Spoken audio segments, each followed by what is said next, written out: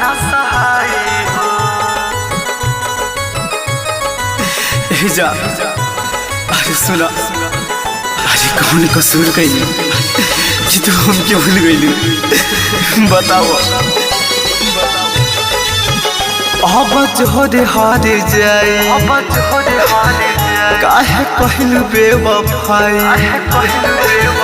अब जोरे हार जाए, काहे कहलू बेवफाई? तोरा प्यार में हमारा आवत हरवाई।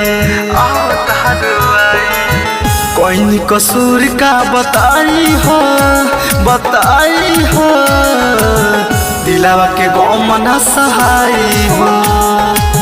कोई कसूर का बताई हो, बताई हो, दिलावा के गम ना सहाय हो, दिलावा के गम ना सहाय हो।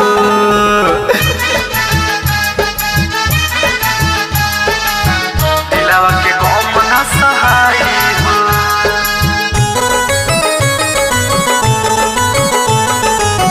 दिलावा के गम ना सहाय हो।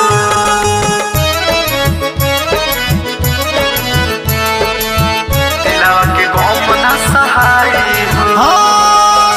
जाए जान जान जान गोइनी, तोहरा के हम तो पहचान गोइनी। जाए जान जान जान गोइनी, तोहरा के हम तो पहचान गोइनी। दिहल जखम नाही भूल पाई, मन कर जहर खाई मर जाई हो। कोई कसूर का बताई हो, बताई हो,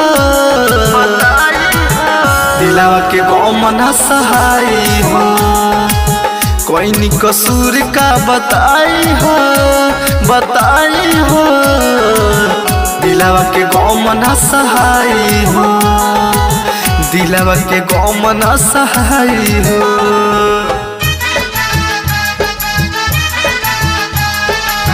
दिलावा के गम ना सहाय हो।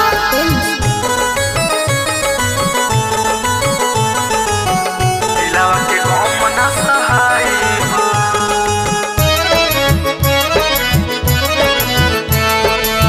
दिलावा के गम ना सहाय हो।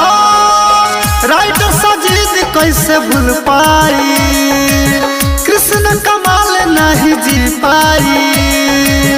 राइटर सजीद कैसे भूल पाई, कृष्ण कमाल नहीं जी पाई।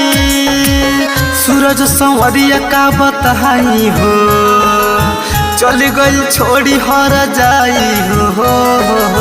कोई कसूर का बताई हो, बताई हो, बताई हो, दिलावा के गम ना सहाय हो। कोई कसूर का बताई हो, बताई हो, दिलावा के गम ना सहाय हो, दिलावा के गम ना सहाय हो।